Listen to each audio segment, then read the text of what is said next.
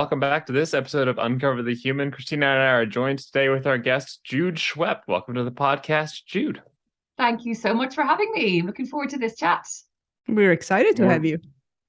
We're thrilled to have you in, and thank you for dialing in across the pond. We are here at the very end of Jude's week, so thank you for giving us some of your last brain power for a bit. Absolutely no problem. Hopefully you'll get at least an hour out of me before I wind down and start my weekend. So I should make some sense for at least another hour.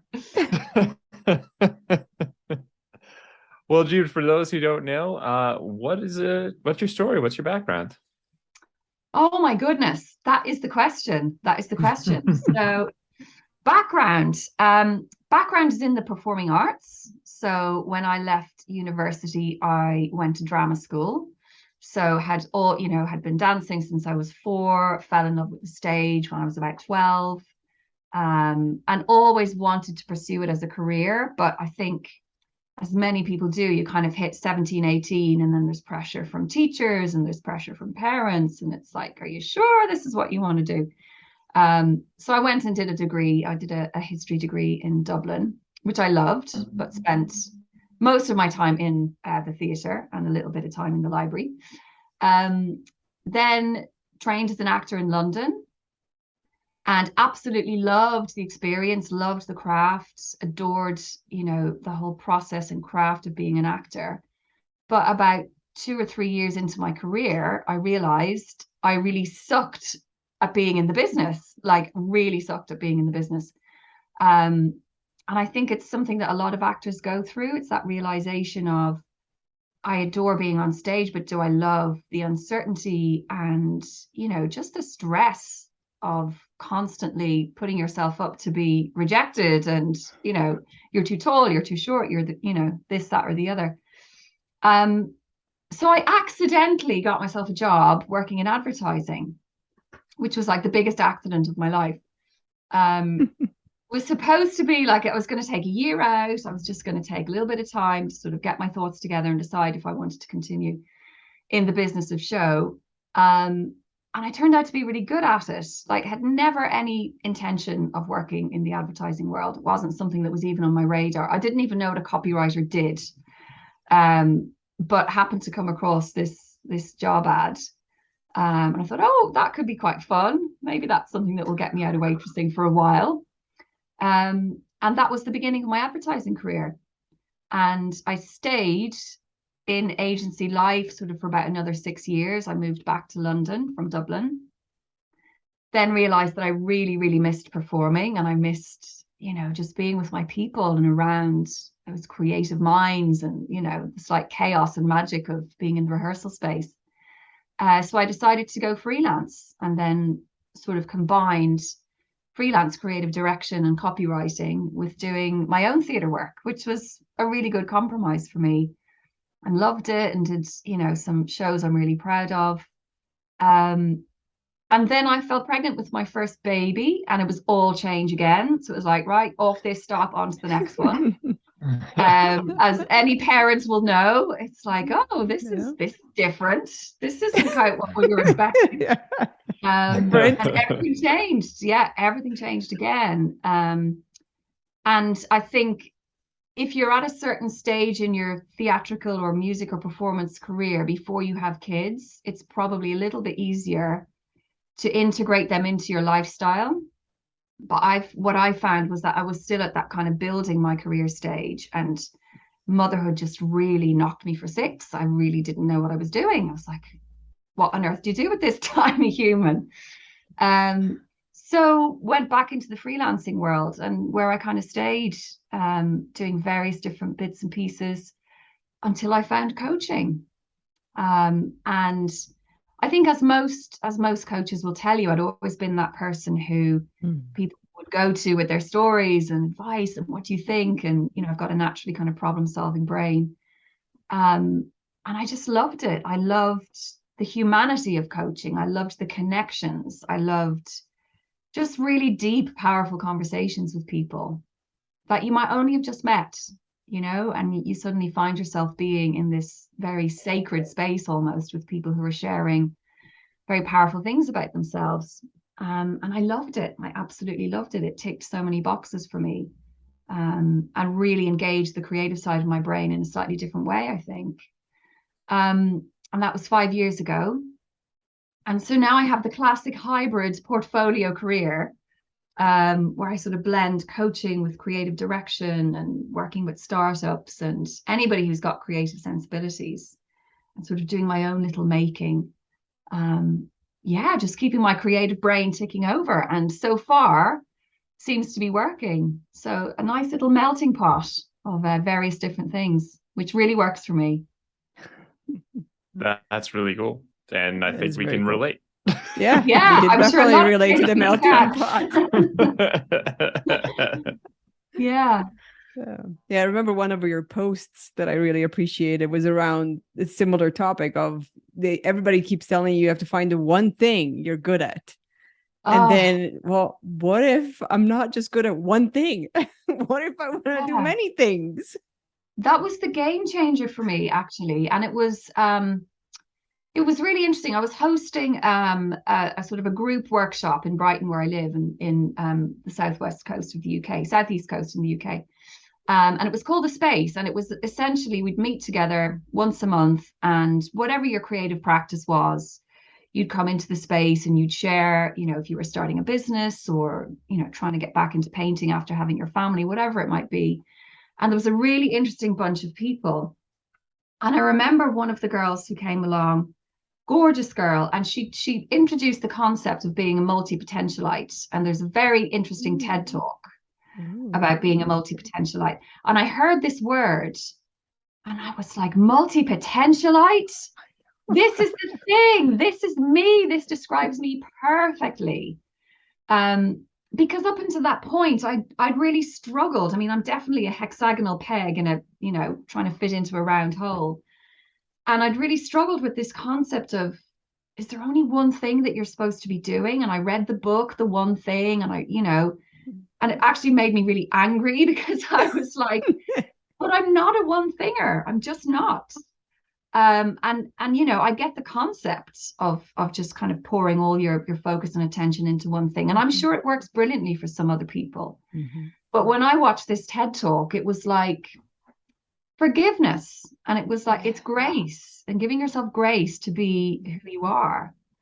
And I'm now at a stage of my life, and I've recently had an ADHD diagnosis, and I'm just like, but that's who I am. I'm a person with lots of different strings to my bow. I'm curious about lots of things. I'm interested in lots of things.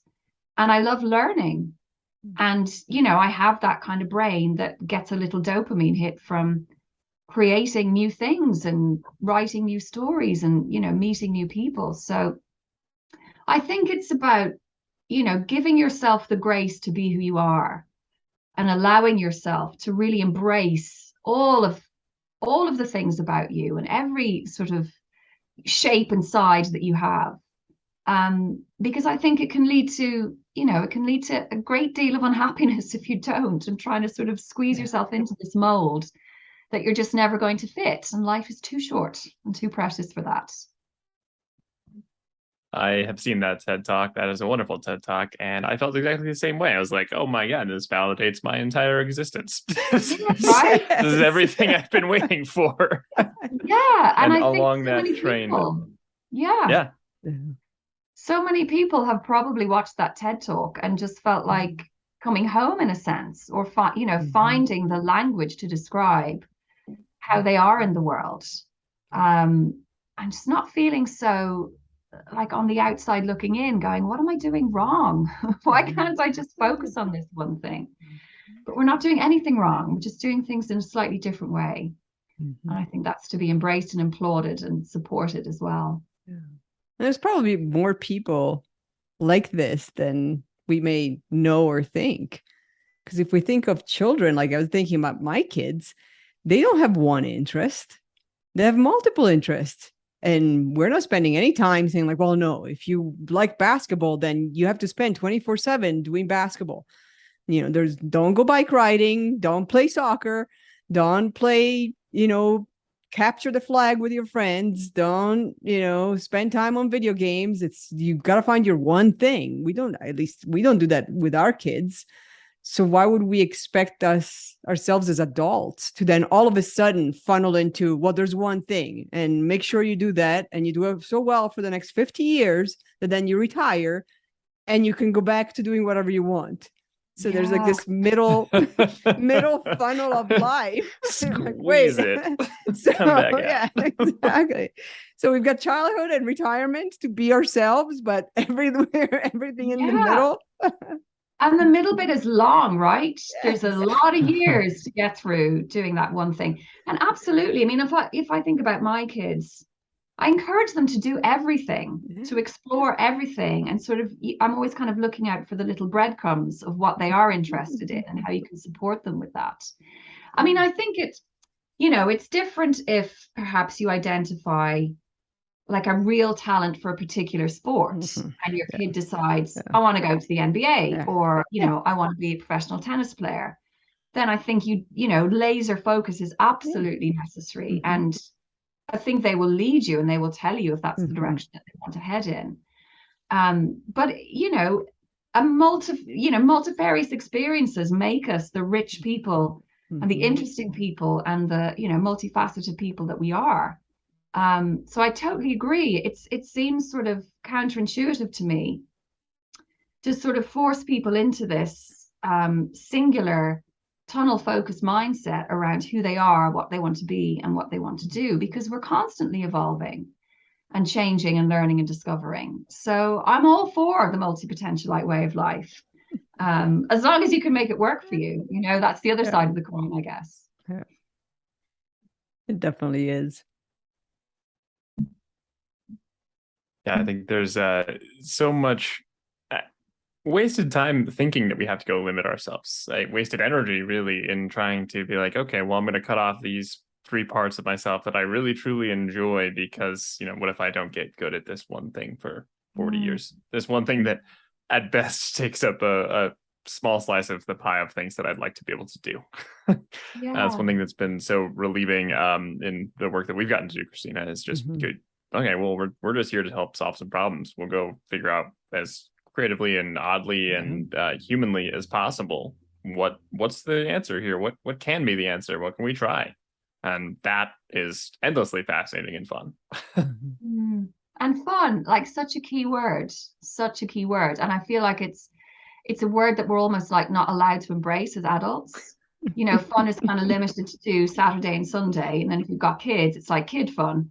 But in order to be the best that you can possibly be, and to do an amazing job, and to continue to sort of grow as an individual, what you do has to have an element of fun to it, because that sparks up the side of your brain that does think creatively and does think innovatively, and just ensures mental health and physical health and well-being and all of those things. And there's a really interesting lady that I follow on LinkedIn, and she has a podcast called How to Have Fun at Work. And I just love that concept, because I think we've forgotten, how to allow ourselves to just be fun individuals in the workplace. And obviously, there is a serious element to work, and there's things to be done and a job to be done, and bottom line, and shareholders and stakeholders and all of those things. But why can't we do what we do and the serious things that we do and just have fun while we're doing it? Laughter, bring laughter back into the office. Laugh as often as you can, as hard as you can during the day. And I think it makes life that little bit sweeter, and it makes all those heavy burdens that we're currently carrying just a little bit easier of a load, because it's tough out there at the moment. It really is. And we were just talking about that before you hit COVID. It's tough out there. It is tough. People lose that fun, and they start to decide that like the fun is just a little piece that might make some things easier. But I think it is the piece that maybe just now, because it's so apparently missing, so critical currently, maybe it won't always be as crucial, but right now it is a very crucial piece to allow things to be just possible in the first place. It's not just something that makes things easier. It's something that, like, without it, how do we continue? How do we keep going? especially with something like COVID. We went and had to reorganize our entire lives, and now there's a lot of demands and asks to go back either into some similar patterns from before, or wondering why we couldn't do things the way we did before. And I think it's a fair question to look at what you want to pick up, but I don't think you're going to get the engagement if you don't allow people to have some of that life too. I mean, we all just got a small flavor of a very shut down life, and what else is possible. I think if we don't address that, we're cutting off people's ability to engage in a much more whole life.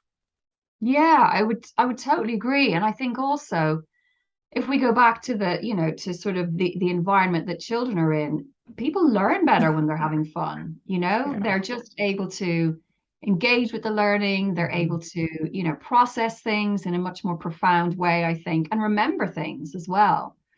So bringing fun back into learning. And, I think one of the things that people are kind of surprised by when they start coaching with me is that we laugh a lot. We have a lot of fun in the sessions. And I will suggest fun challenges and fun things for them to do, because that keeps the engagement. And, the goals might be quite, big and grand and broad, but taking fun little steps along the way just makes the process so much more fluid and flowing. And, you're kind of in it together, and you can have a laugh while you're going through these big life changes, we take life very, very seriously, and we make it very complicated for ourselves, I feel. And I think one of the things that we've all learned from the COVID experience was that simple is good. Simple is really good. And simple is powerful. And we need so much less than we think we need in order to have a beautiful life. So fun and simplicity, and slowing things down and really appreciating the depth that you can go to when you have that space and that slower speed of life, has been a revelation for me, for sure. And I don't know whether that's just my age and I'm just worn out, or whether it's been something that a lot of people have been coming to. But I've felt this real call to simplicity and a slower way of life, and reminding myself what fun used to feel like, because it was such a big part of what I fell in love with, in terms of performing. It was just having fun, getting into a room with people and playing.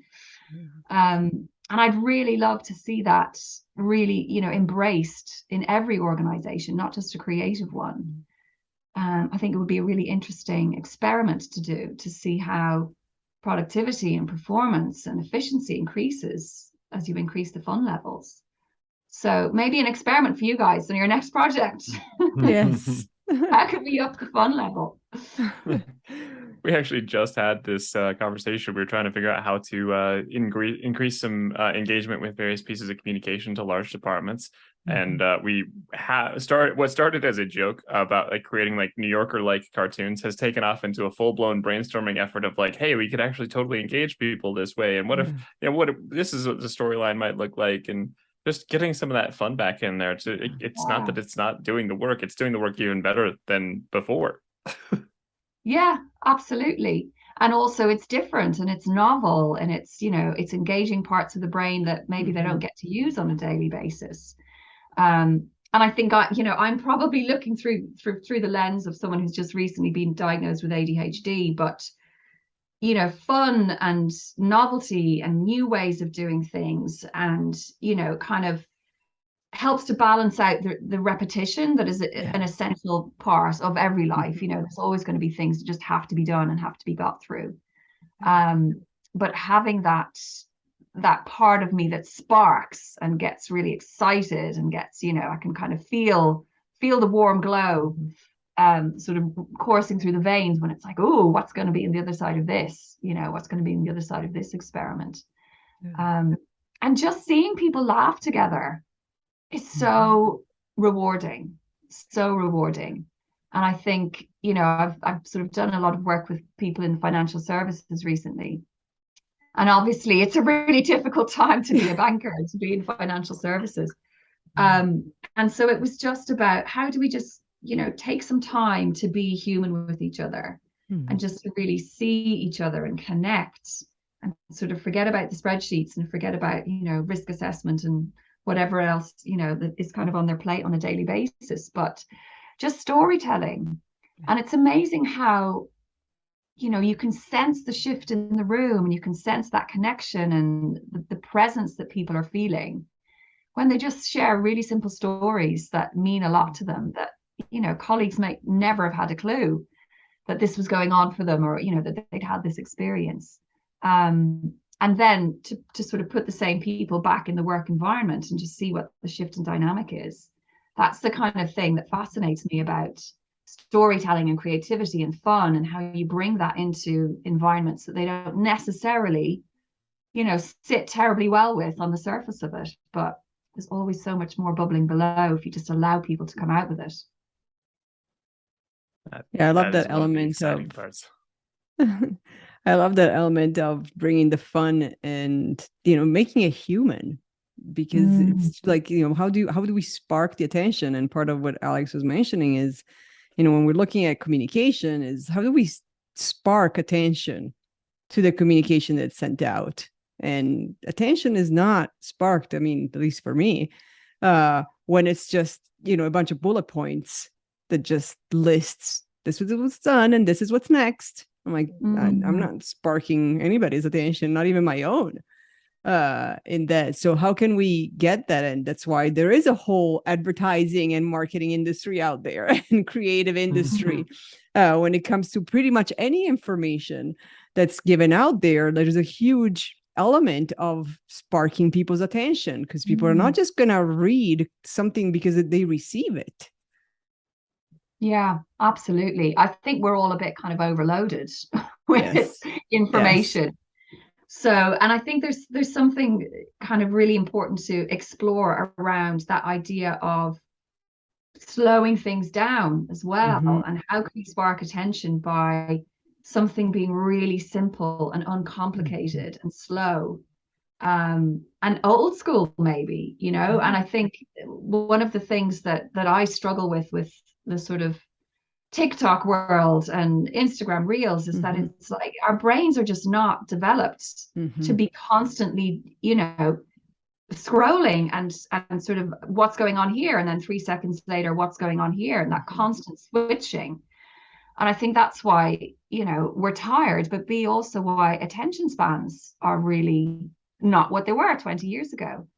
And actually, Johann Hari has written an interesting book. I haven't read the book, but I listened to him speaking to Oprah about it.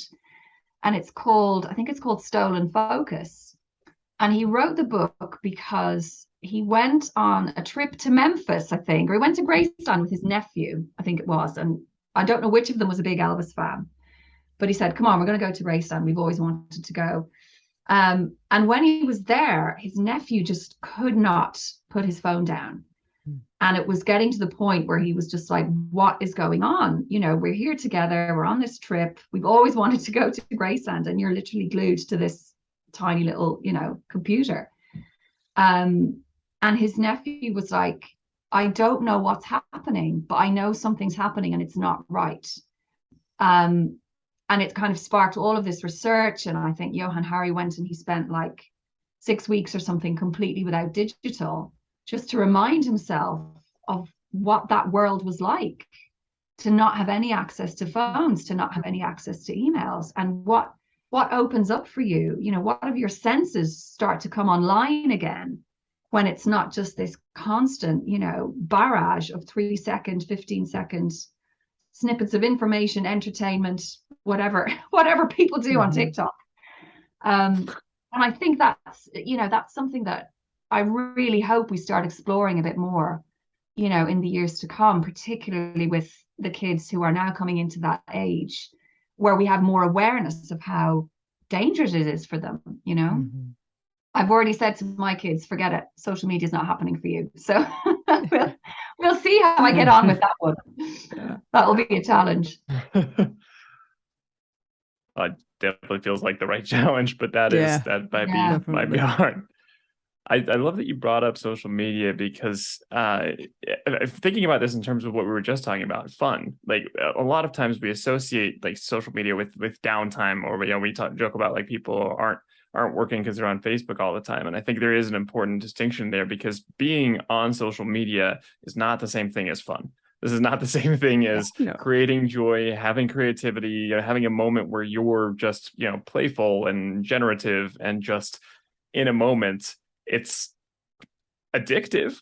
It does have that Absolutely. tiny dopamine Yeah. dose, but it's not actually the same thing as fun. And so when we create these ideas like, well, you can't have fun, you can't take breaks, and we associate breaks with social media, it can be easy to start to tie the two together as if social media is fun, but there's a Mm. huge distinction between the type of fun we're talking about here. Mhm.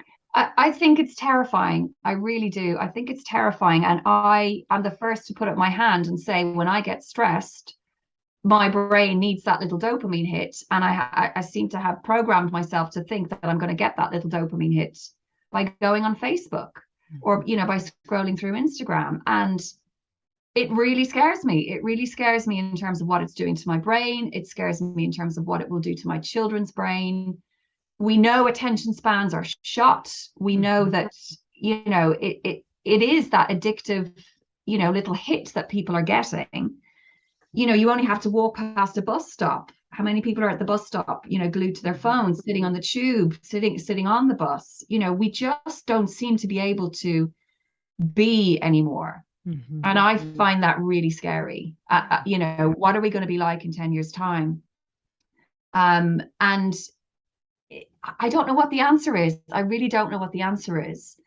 Um, and I can't remember who said it, and it might have been Johann Hari, but he talked about how the only two industries that call their customers users are the drugs industry and the big tech industry. So there's a connection there. Right. There's definitely a connection there. Okay.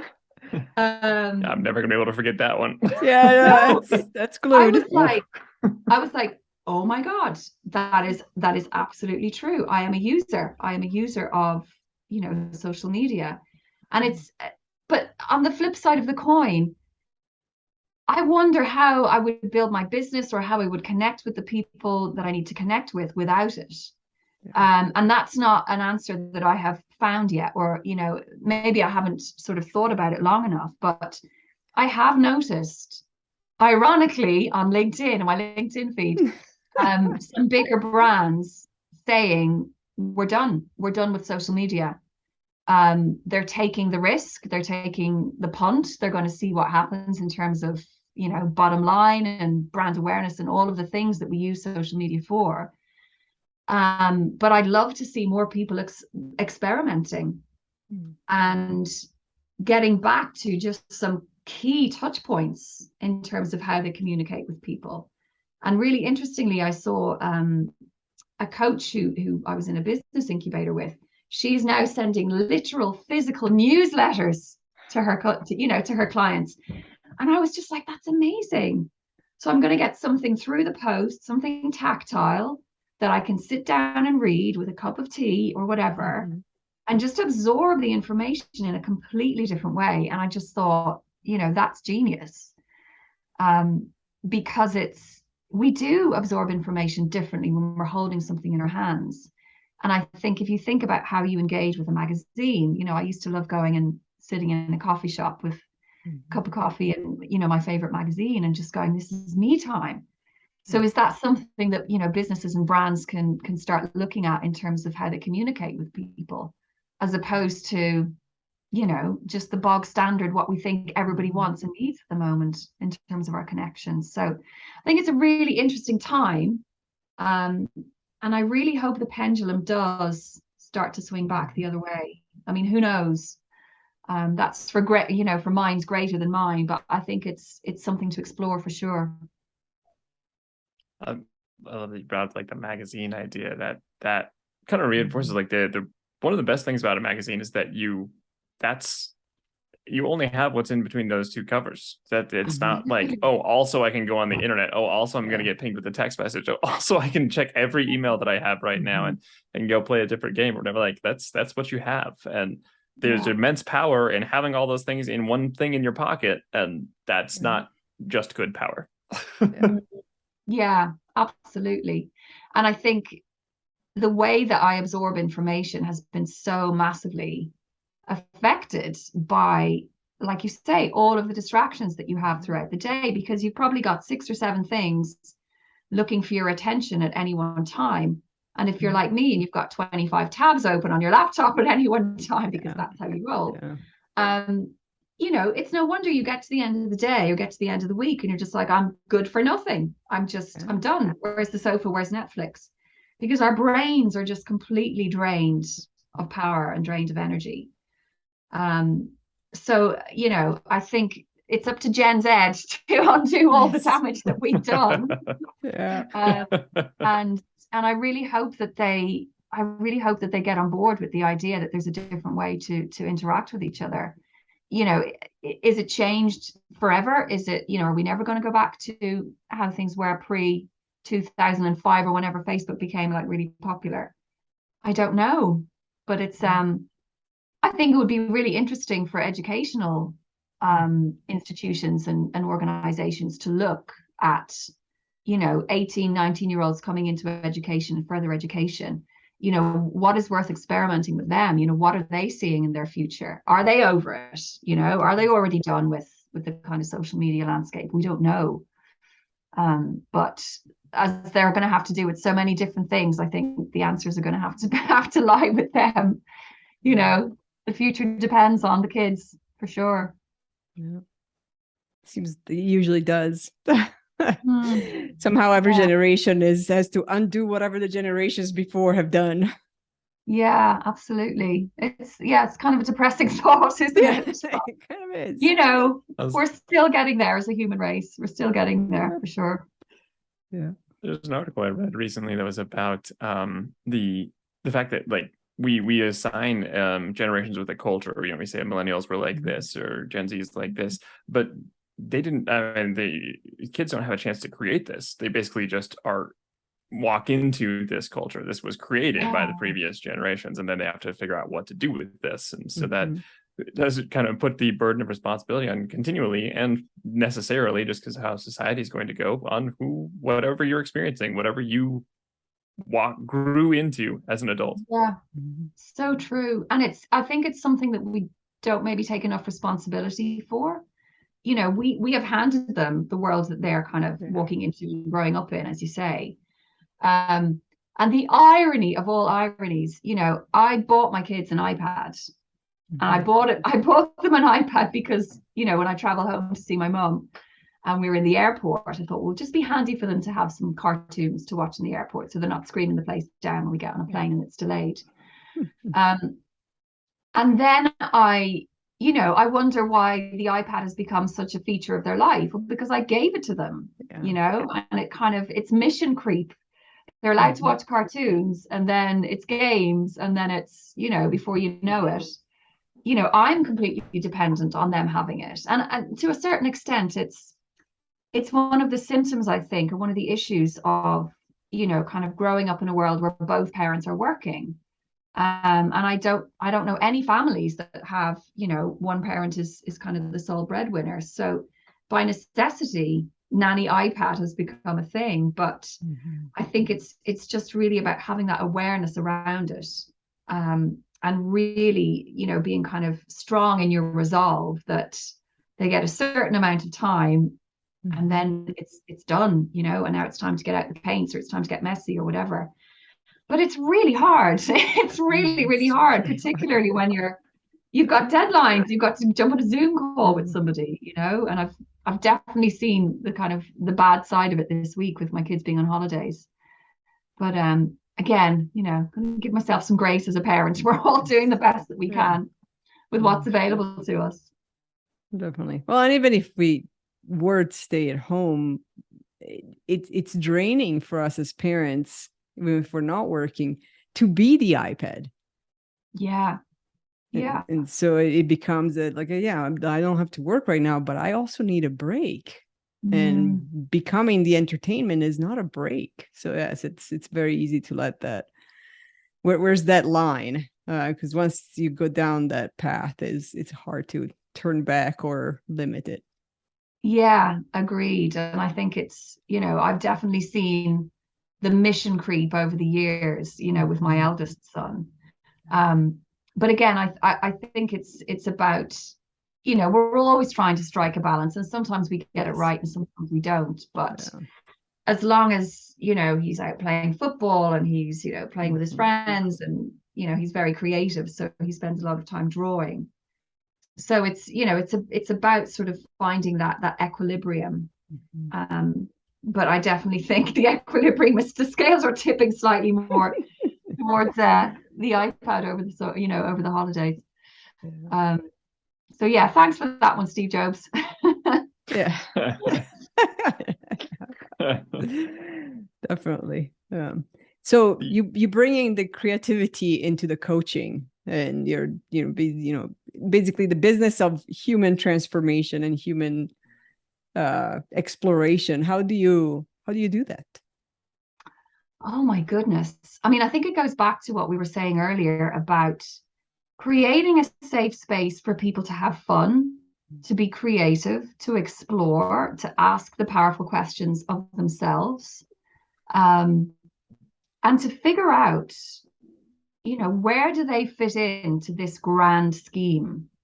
And there's sort of two strands to the work that I do, and one is with people who are maybe sort of happy enough with their career. It's probably a job, but it pays the bills, it pays the mortgage, and they're quite happy to continue doing it. But what they're really missing is that creative practice in their life.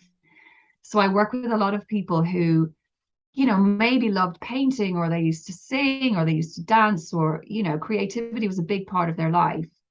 And then adulting happened, and children happened, and responsibilities happened, and they've kind of lost that.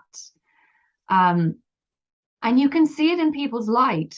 You can see it in their energy, in their presence when they're with you, in the first couple of coaching sessions. And it's about chiseling out that time, because there's never time. There's never enough time. There's always enough time. That's what I say to my clients. But I think when it comes to things that are not necessarily essential, and are more for your mental well-being, your spiritual well-being, and your kind of creative soul, it's so much harder to find that time and to prioritize it. So the work that I do with clients is sort of reconnecting them to that side of themselves, so that they realize, I am not whole or complete if I don't have this in my life. And that's where the transformation starts to, become apparent, because I think it just impacts every aspect of who you are and how you are in your life. And it's an energy, it's a dynamo all of its own, when you've connected to that creative energy, because that's what the universe is, it's creative energy. So when you're connected to that source, I think it can change how you feel about yourself. It can change how you show up for your work. It can change your relationships, and it allows you to keep replenishing, And I think it's interesting how many people found time during the lockdown period to start making things and doing things, and, taking out the paintbrushes that have probably been stored for the last 10 years and haven't seen any action. And just the questions that it allows you to ask of yourself, what's important to me? What's important in this life and how I spend my time? And what do I want?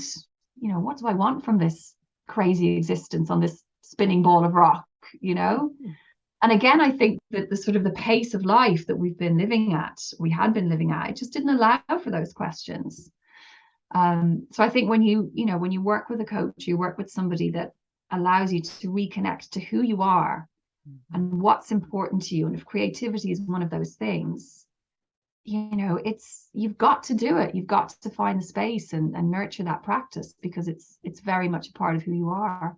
And that's where it can be life-changing. It really can, to see people getting back to themselves, where they've lost themselves along the way of adulting, which is, I think some of us, we all go through at some stage. It's like, I lost myself being an adult. So how do I find myself again? Before retirement, hopefully. Yeah, exactly. Before retirement, Yes.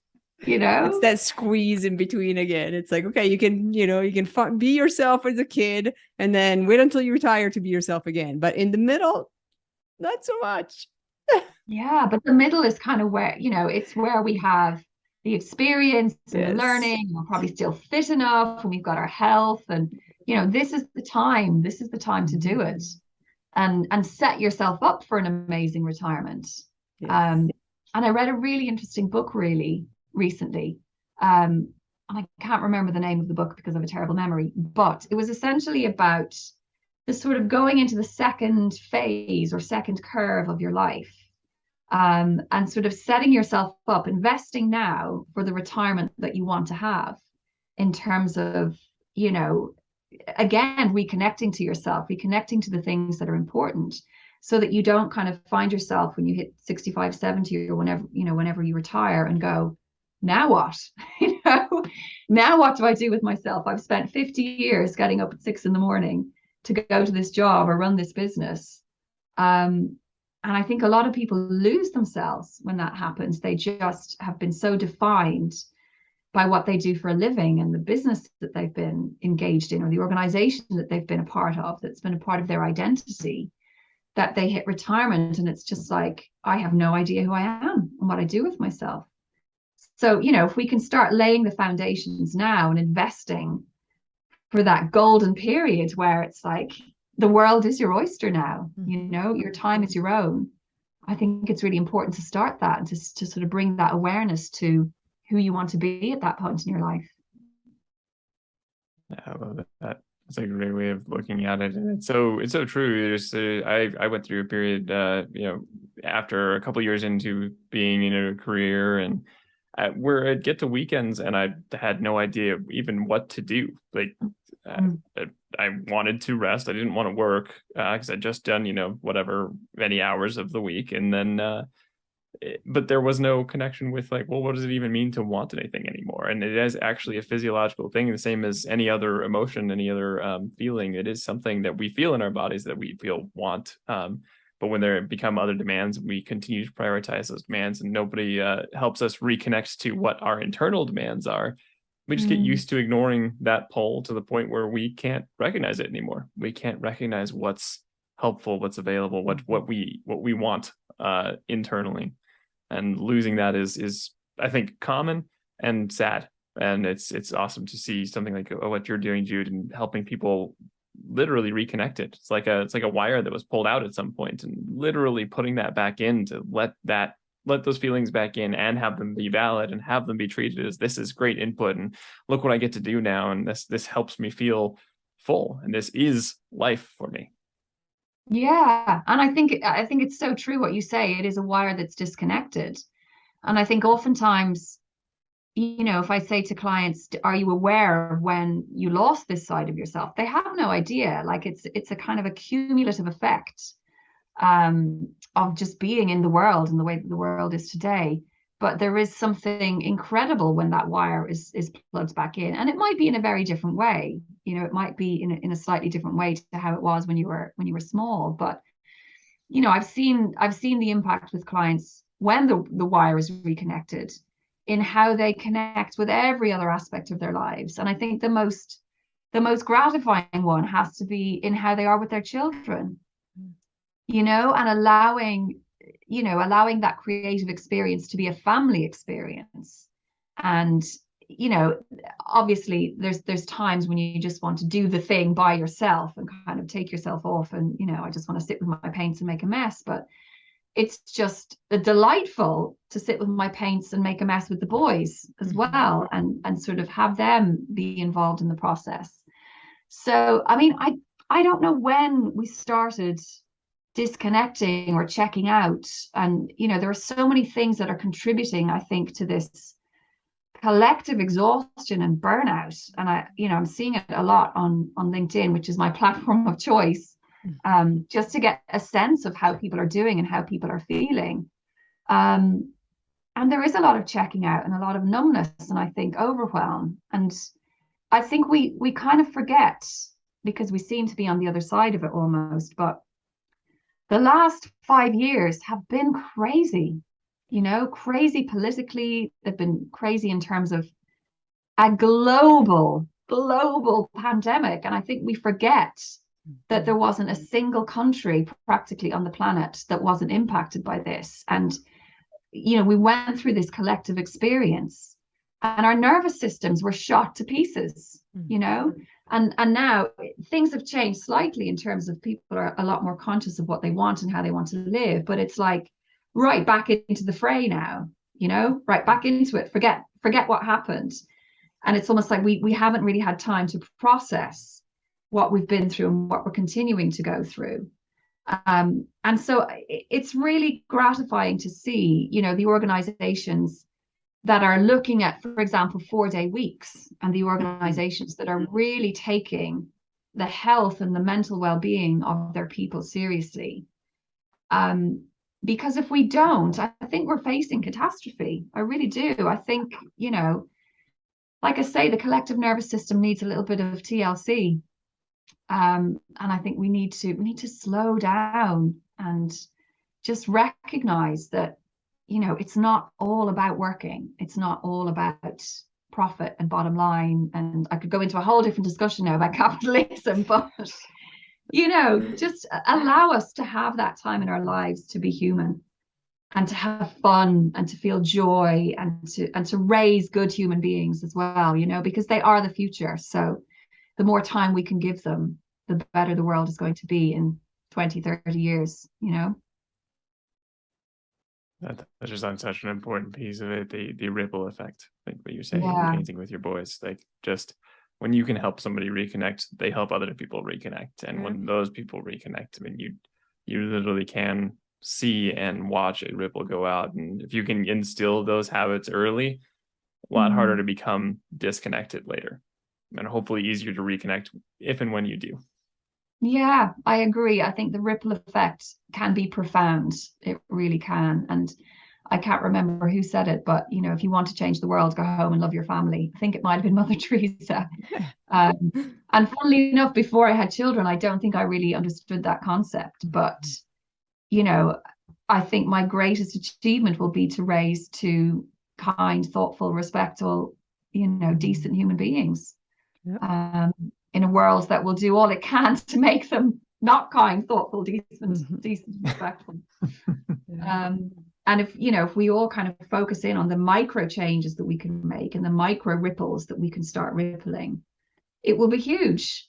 And it, not to go back to the pandemic, but it all started with one place, one tiny molecule, one tiny virus, and look at the impact that had. So if we could take that model and just translate it into love and creativity and hope and optimism, we'd be doing all right. I think we'd definitely be doing all right. Yeah, definitely. Yeah. So what have you seen some of the changes with your clients and how you work with them from, going through the last 2 or 3 years of pandemic slowdown, and now we're out, whatever out of the pandemic is, and we're trying to almost catch up from the last couple of years, and and also finding ourselves and needing that connections. And so we were talking before we started recording about pulling teeth in some of the work that we do. How do you see that happening right now? I think the difference that I'm seeing in clients that I work with is that ambition looks very different. I think ambition has changed for a lot of people. And I know this is something that's come up in discussion kind of across the board. People want different things from life. People want to appreciate the time that they have with each other. And I think, if we look back from this perspective, and I had this conversation with somebody at the school gate, one of the mums at the school gate, and it was just around the fact that one of her colleagues was interviewing, I think, for a position, and the company wanted him to travel into London every day. Now, from the UK, from Brighton into London, is roughly an hour. But if you put like travel time and tubes and delays and all of that kind of thing on top of it, you're talking 2 hours to get from Brighton into London. So that's 4 hours out of somebody's day, completely wasted, completely wasted, because the idea that you can get any work done on a train is just crazy. It doesn't happen. No way. So, there's this whole kind of argument around productivity and we need people to be in the office. And I completely get that. But it is absolutely madness, I think, to expect people to spend 4 and 5 hours of their day either sitting on a train, sitting in a car. We don't need people to be traveling. And if we think about that in terms of the environmental impact, we all saw how different the world looked when there was no planes in the sky, when there were no cars on the road. And so I think that the biggest shift that I'm seeing is just people, there's been a real sort of sense of awakening to my ambition looks very different now to how it looked, 5 years ago. And there's like a reconfiguring, while also this sense of, how do we kind of fire up the engines again when people are so burnt out? So it's an interesting time to be doing people work, I would say, to be sort of having these conversations that people were afraid to have a few years ago. People were afraid to push back. I mean, I remember before the pandemic, if you asked to work from home, it was like, well, we'll have to think about that. We'll have to have a board meeting about it. And now everybody does it.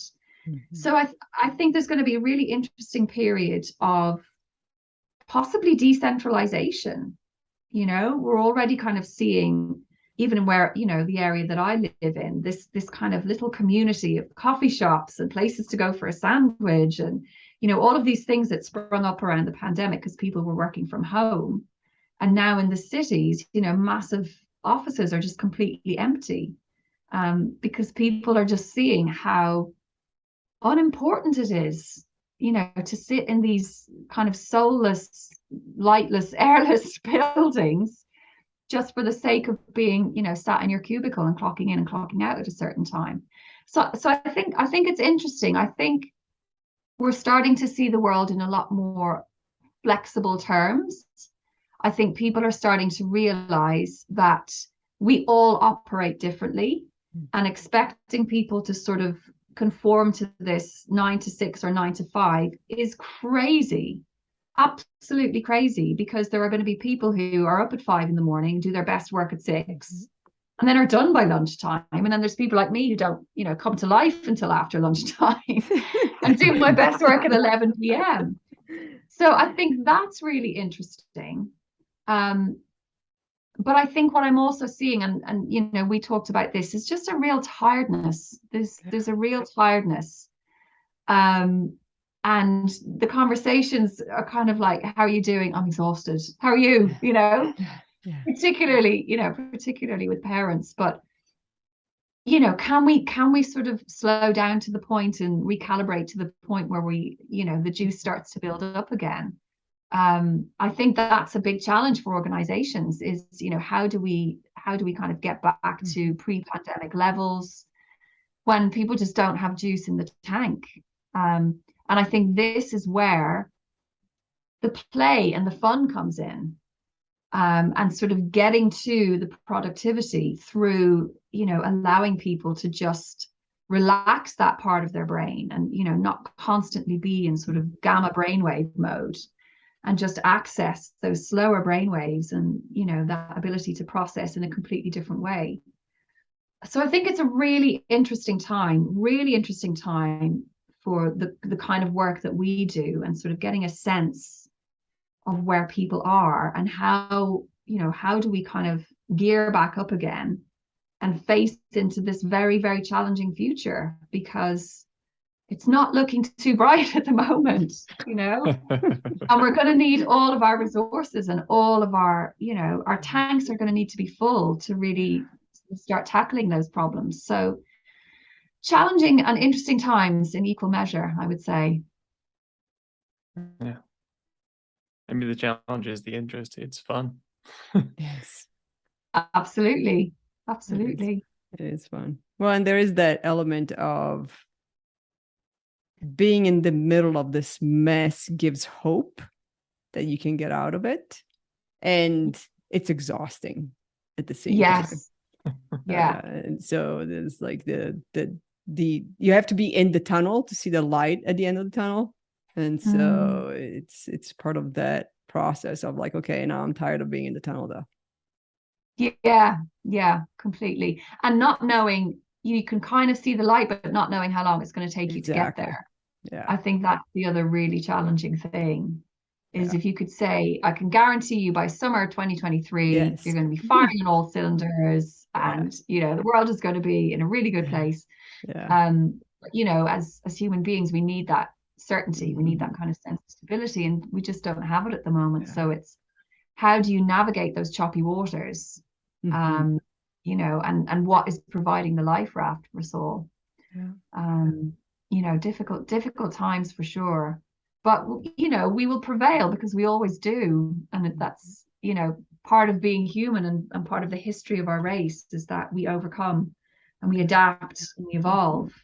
I just really hope that we, you know, we start to really take the lessons on board and that enough people start to make those changes and makes those shifts at a very organizational and sort of basic level, so that we do move on to the next level of our evolution, whatever that's going to look like. But, you know, interesting and creative, I hope. Yes. Creative and kind. Creative and kind, two perfect words for the future I would love to see. Creative and kind, values for humankind. Yeah, yes. Absolutely. Well, Jude, we have just two last questions for you. And the first one's a little bit more intricate, but a fun one. So, what is your definition of authenticity? Authenticity. That is such a big question. I think it is embracing every facet and side of who you are and making no apology for it while being kind, if that makes sense. Yeah. And showing up with all your flaws and your color and your humanness and your creativity and connecting with people in a way that just that they know that they are seen by you and that they are understood by you and they are heard by you. That's a really convoluted answer. Be yourself. But be kind be about yourself it. and be kind. Yes, and be yourself and be kind. Yeah, be yourself and be kind. Yeah, I'm sure there's a whole book on how to be, you know, how to show up authentically. But I think it's been a real journey for me to embrace all of my foibles and my flaws and all of the things that drive people mad about me. And knowing that they, you know, it comes from a genuine place. And if you can put that out into the world and all your craziness with kindness, I think you can't go too far wrong, hopefully. I like that. That's a good definition. Thank you. And our last question, where can people find you? Where can people get in touch with you and figure out more about your work?